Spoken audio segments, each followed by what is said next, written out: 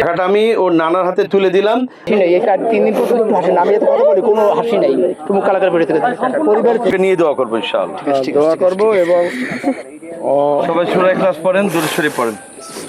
রব্বুল আলামিন আমাদের এই অঞ্চলের সবচেয়ে একটি বেদনাবেদর ঘটনা, এই তোমার ডাকে সারা দিয়ে নিয়ে গেছে। সারা দুর্ঘটনায় কবলিত হয়ে রব্বুল আলামিন আল্লাহ তাকে শহীদের মর্যাদা দান করে দাও। জীবন জিন্দেগির কৃত সমস্ত নেক আমলগুলোকে মেহেল জান্নাতে পরিণত করে দাও। আয় আল্লাহ, আলহামদুলিল্লাহি রাব্বিল আলামিন।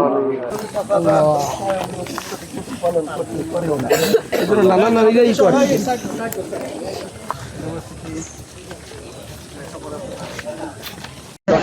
তোমার সাথে আমরা আছি সবাই, তোমার যে কোনো সমস্যা আমাদেরকে জানাবো, আমরা তোমার ব্যবস্থা করবো, ঠিক আছে? ইনশাআল্লাহ মন শান্ত করো। বাবা মা কারোরই থাকে না, আমারও তো বাবা নাই, চলে গেছে। আমাদের এখানে অনেকেরই বাবা নাই, চলে গেছে, ঠিক আছে? তুমি ছোট মানুষ, তোমার কষ্ট বেশি হয়, কিন্তু তোমার জন্য আমরা দোয়া করতেছি এত মানুষ, আল্লাহ তোমার প্রতি রহম করবে, ঠিক আছে? রহমান, তুমি মাদ্রাসায় পড়ো, তোমাকে অনেক বড় আলেম হইতে হবে।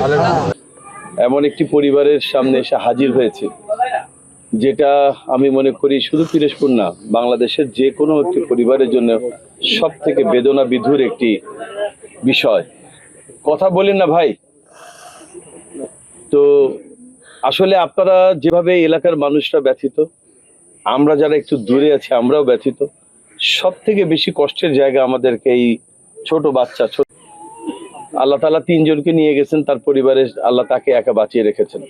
এটা তার জন্য যেমন পরীক্ষা, এইটা আমরা যারা এলাকাবাসী, আমরা যারা এই এলাকার বাসিন্দা, আমাদের সকলের জন্যও কিন্তু এটা পরীক্ষা।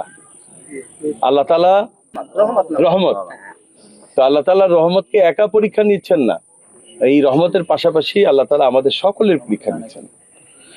আর এই এতিম মানুষটা, ওর থেকে বড় এতিম তার কেউ নাই, যার বাবা নাই, মা নাই, ভাই নাই, বোন নাই, কেউ নাই, এমনকি তার দাদা দাদিও নাই। বাত, ব্যথা, প্যারালাইসিস কিংবা আর্থ্রাইটিস, আধুনিক প্রযুক্তি অভিজ্ঞ বিশেষজ্ঞদের সমন্বিত চিকিৎসার নির্ভরযোগ্য নাম টিপিআরসি। প্রকৃত অর্থে রহমতের অভিভাবক বলতে কেউ নেই। আমরা এখন রহমতকে আসলে আল্লাহর অভিভাবকত্বের কাছে ছেড়ে দিয়েছি।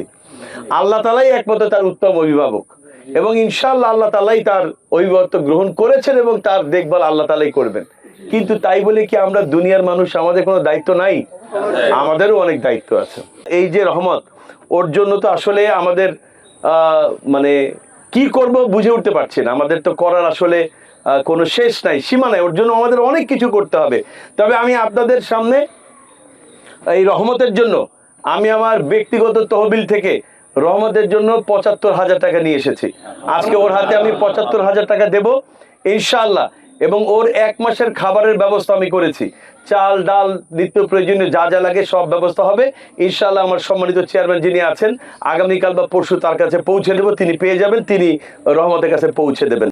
আর একটি বিষয় হলো সড়ক বিআরটিএ, যেটা সড়ক পরিবহন সংস্থা, সড়ক দুর্ঘটনা নিহতের জন্য কিছু টাকার বরাদ্দ তারা দেয়, যারা একজনকে 5 লক্ষ টাকা করে দেয়। তো এখানে যেহেতু 3 জন মানুষ মারা গিয়েছে, তো 3 জন মানুষকে 15 লক্ষ টাকা পাওয়ার জন্য আমি গত পরশুদিন আমার ডিউ লেটার ইস্যু করেছি। আমি আশা করছি আগামী 12-15 দিনের মধ্যেই 15 লক্ষ টাকা রহমতের নামে চলে আসবে ইনশাআল্লাহ।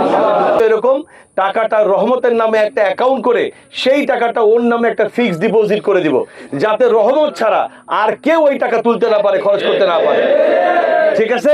এটা রহমতের নামেই থাকবে, ওর জন্যই পড়াশোনার ব্যয় হবে, আর টাকা ও ছাড়া আর কেউ তুলতে পারবে না।